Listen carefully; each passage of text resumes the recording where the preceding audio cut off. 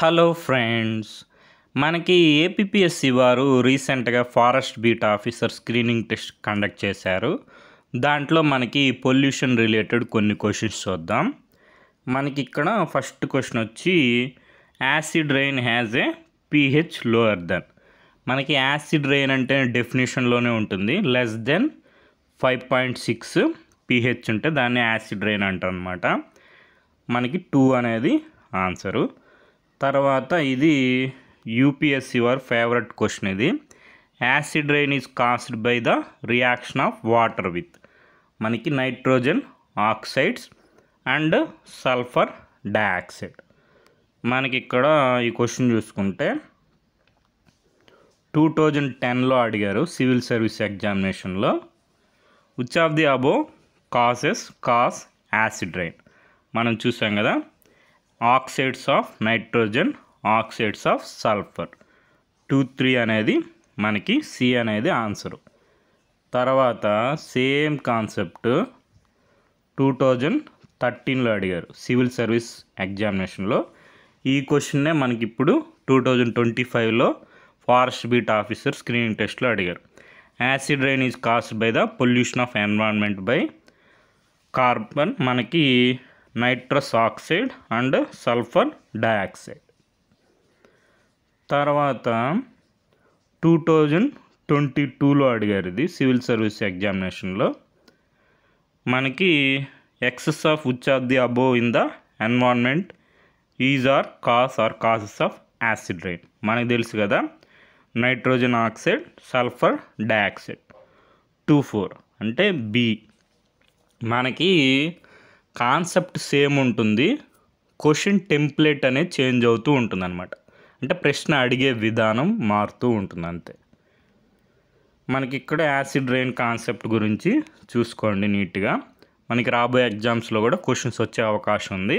మనం చెప్పుకున్నాం కదా, యాసిడ్ రెయిన్ అంటే rain or any other form of precipitation that has higher level of hydrogen ions. Hydrogen ions ఎక్కువగా ఉంటే దాన్ని యాసిడ్ రెయిన్ అంటారు. మనకి లో pH ఉంటుంది, 5.6 లెస్ దెన్గా ఉంటే మనకి ఇప్పుడు ఈ క్వశ్చన్ అడిగారు. తర్వాత oxides of sulphur and nitrogen, ఈ క్వశ్చన్ కూడా అడిగారు. తర్వాత మనకి హ్యూమన్ యాక్టివిటీస్ అంటే burning of fossil fuels, next natural volcanic activities వల్ల మనకి formation of sulphur dioxide and nitrogen oxides form అవుతాయి. అవి వాటర్తో రియాక్ట్ అవ్వడం వల్ల మనకి యాసిడ్ రెయిన్ అనేది వస్తుందన్నమాట. ఈ విధంగా మనకి oxides of sulphur dioxide, next oxides of nitrogen మనకి వాటర్తో రియాక్ట్ అవ్వడం వల్ల మన యాసిడ్ రెయిన్ అనేది ఫామ్ అవుతుంది. మనకి యాసిడ్ రెయిన్ వల్ల ఎఫెక్ట్స్ ఏంటి? Deteriorates plant and animal life in the aquatic ecosystem. ఇది కూడా క్వశ్చన్ అడిగారు ఫారెస్ట్ బీట్ ఆఫీసర్ స్క్రీనింగ్ టెస్ట్లో. ఏమని అడిగారంటే, ఓషన్ ఎసిడిఫికేషన్ వల్ల ఏమవుతుందంటే మనకి ఆక్వాటిక్ లైఫ్ ఎఫెక్ట్ అవుతుంది కదా, కోరల్ లీఫ్స్ డ్యామేజ్ అవుతాయి అన్నమాట. Next corrodes water pipes corrode అవ్వడం వల్ల మనకి లీచింగ్ ఆఫ్ హెవీ మెటల్స్ అనేది అవుతుంది, iron, lead, copper into drinking water. ఈ కాన్సెప్ట్ మీద కూడా ఒక క్వశ్చన్ వచ్చింది. బ్లాక్ ఫుట్, అది వాటర్లో మనకి ఆర్సెనిక్ ఉండడం వల్ల వస్తుందన్నమాట, బ్లాక్ ఫుట్ అనే డిసీజ్. తర్వాత మనకి బిల్డింగ్స్ కూడా ఎఫెక్ట్ అవుతున్నాయి. తాజ్మహల్ కలర్ అనేది మనకి చేంజ్ అవుతుంది అనమాట, వైట్ నుంచి ఎల్లోగా మారుతూ ఉంటుంది. సో మనకి టర్మ్ యాసిడ్ రెయిన్ అనేది ఎవరు కాయిన్ చేశారంటే మనకి స్కాటిష్ కెమిస్ట్ రాబర్ట్ యాంగ్నస్ స్మిత్ 1852లో. మనకి నార్మల్ రెయిన్ వాటర్ అనేది వీక్లీ ఎసిడిక్. ఎందుకని? కార్బోనిక్ యాసిడ్ ఉంటుంది అనమాట. కార్బన్ డయాక్సైడ్ అట్మాస్ఫియర్ డిజాల్వ్ అవి carbonic acid, week carbonic acid వల్ల మనకి నార్మల్ రెయిన్ వాటర్ కూడా వీక్లీ ఎసిడిక్కే. కానీ లెస్ దెన్ 5.6 pH ఉంటే అప్పుడు దాన్ని యాసిడ్ రెయిన్ అంటాం అనమాట. తర్వాత నెక్స్ట్ ఈ క్వశ్చన్ ఇచ్చారు, which of the following microbes is commonly used in oil spill cleanup. మనకి సూడోమోనాస్ పుటీడాని యూస్ చేస్తారు. ఇది కూడా 2010 సివిల్ సర్వీస్ ఎగ్జామినేషన్లో అడిగిన క్వశ్చన్, డైరెక్ట్ క్వశ్చన్. మనకి which bacterial strain developed from natural isolates by genetic manipulation can be used for treating oil spill.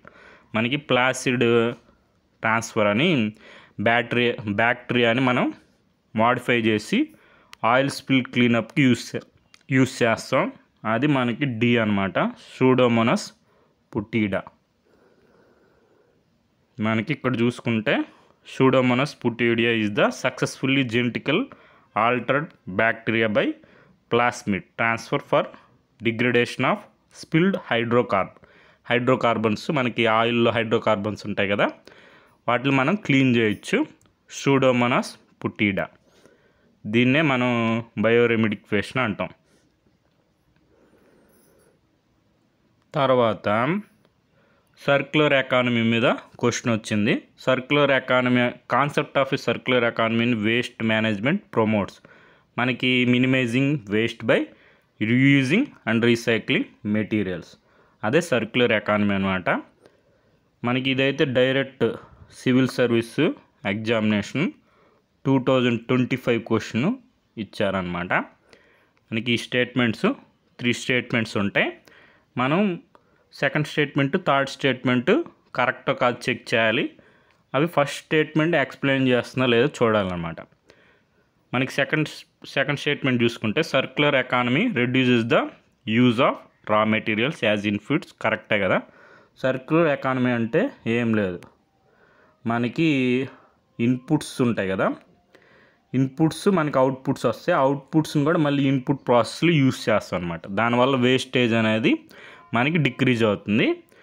Circular economy reduces wastage in production process, ఇది కూడా కరెక్టే కదా. Circular economy reduces the emissions of green house gases. మనకి ఈ statement 2, statement 3 కరెక్టే. మళ్ళీ ఈ 2 statement statement 1ని ఎక్స్ప్లెయిన్ చేస్తున్నాయి. కాబట్టి మనకి ఆన్సర్ ఏ అనమాట. Both statement 2 and statement 3 are correct and both of them explains statement 1. So మనకి ఈ ఇమేజ్ కూడా గుర్తుపెట్టుకోండి అని చెప్పాం ఆ క్వశ్చన్కి ఎక్స్ప్లెనేషన్ చేసినప్పుడు. Less raw material, less waste, fewer emissions. ఈ సెంటెన్స్ ఒక్కటే మనకి సర్క్యులర్ ఎకానమీ కాన్సెప్ట్ని అర్థం చేసుకోవచ్చు. So okay friends, thank you for watching.